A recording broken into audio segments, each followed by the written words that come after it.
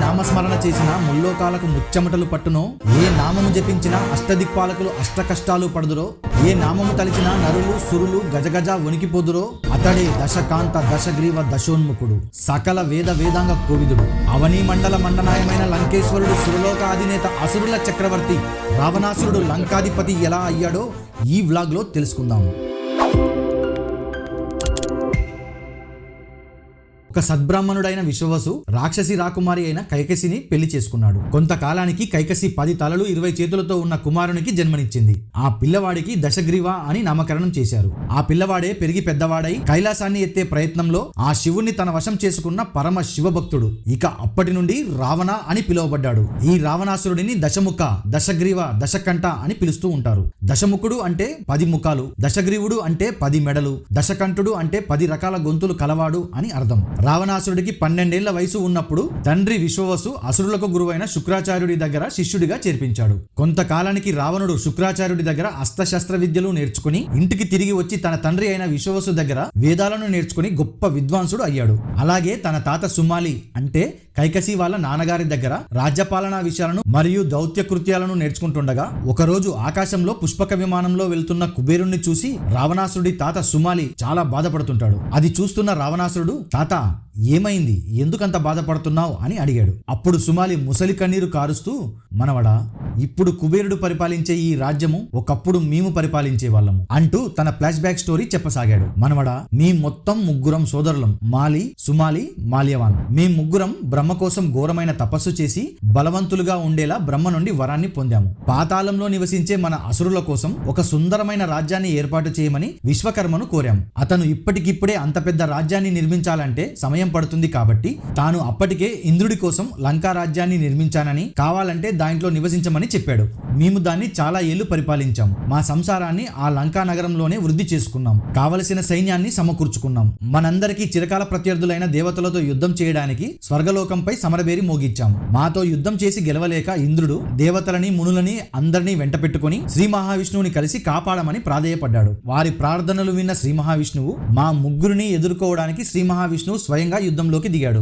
మీ ముగ్గురం కూడా శ్రీ మహావిష్ణువుని గట్టిగానే ఎదుర్కొన్నాం. కానీ యుద్ధంలో మాలిని విష్ణు చక్రంతో తలనరికి చంపేశాడు. యుద్ధంలో ఉండగా ఆ విషయం తెలుసుకున్న మేము కుంగి కృషించిపోయాము. యుద్ధాన్ని ఆపేసి లంకా నగరానికి పరుగు తీశాం. కానీ ఆ విష్ణువు అక్కడికి కూడా వచ్చి మమ్మల్ని తరిమాడు. మాకు ఏం చేయాలో అర్థం కాక కుటుంబాన్ని కాపాడుకోవడం కోసం మొత్తం సైన్యాన్ని, కుటుంబాన్ని మళ్లీ పాతాళలోకానికి షిఫ్ట్ చేశాం అని కొంత మసాలా యాడ్ చేసి చెబుతూ రావణాసురుడిని రెచ్చగొట్టే ప్రయత్నం చేశాడు. ఇదంతా పక్కనే ఉండి వింటున్న రావణాసురుడి తల్లి కైకసి అక్కడికి వచ్చి, అవును రావణ, మీ తాత చెప్పింది నిజమే. మీ నాన్నకి మొదటి భార్య ఇలవిద, ఆమెకి కుబేరుడు జన్మించాడు. ఆ కుబేరుడు బ్రహ్మ కోసం ఘోరమైన తపస్సు చేసి మెప్పించి లంకా రాజ్యాన్ని పొందాడు. ఈ కుబేరుడు పుష్పక విమానంలో రెయ్యమని అటు ఇటు తిరుగుతుంటే మీ తాత సుమాలికి ఈ భాగ్యము తన మనవడికి కలగాలని నన్ను మీ నాన్నగారికి ఇచ్చి పెళ్లి చేశాడు. అప్పుడే నీవు జన్మించావు అంటూ షార్ట్ గా స్వీట్ గా ఒక చిన్న స్టోరీ రావణాసురుడికి వినిపించింది. అప్పుడు సుమాలి రావణుడితో ఇలా అన్నాడు, చూడు రావణ, ఇప్పుడు నువ్వు సకల విద్యా ప్రావీణుడివి.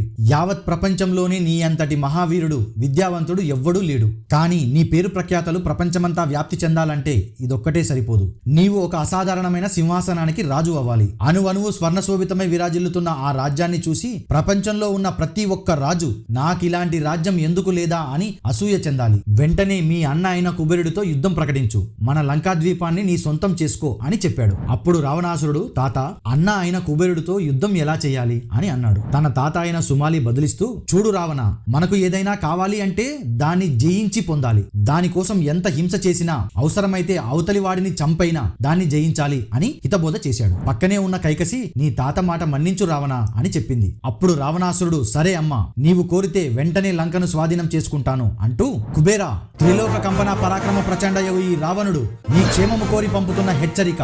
నిత్యం శోభాయమానముగా విరజిల్లుతున్న లంకాద్వీపం ఇక నుండి నా సొంతం. కాదని ఎదిరించాలనుకుంటే నీ మెడ మీద తల ఉండదు. సమయము లేదు సోదరా, శరణమా రణమా అని కుబేరుడికి రావణాసురుడు రాయబారం పంపించాడు. అది విన్న కుబేరుడికి చెమటలు పట్టేశాయి. దిక్కుతోచని పరిస్థితుల్లో తన తండ్రి అయిన విశ్వవసు దగ్గరకు పరుగులు తీసి రావణాసురుడు పంపించిన రాయబారం గురించి చెప్పాడు. అప్పుడు విశ్వవసు, కుబేరా, నీ సోదరుడు రావణాసురుడు ఈ లోకంలోనే అత్యంత పరాక్రమవంతుడు. అతనితో యుద్ధం చేస్తే లంక మొత్తం శ్మశాన వాటిక అవుతుంది.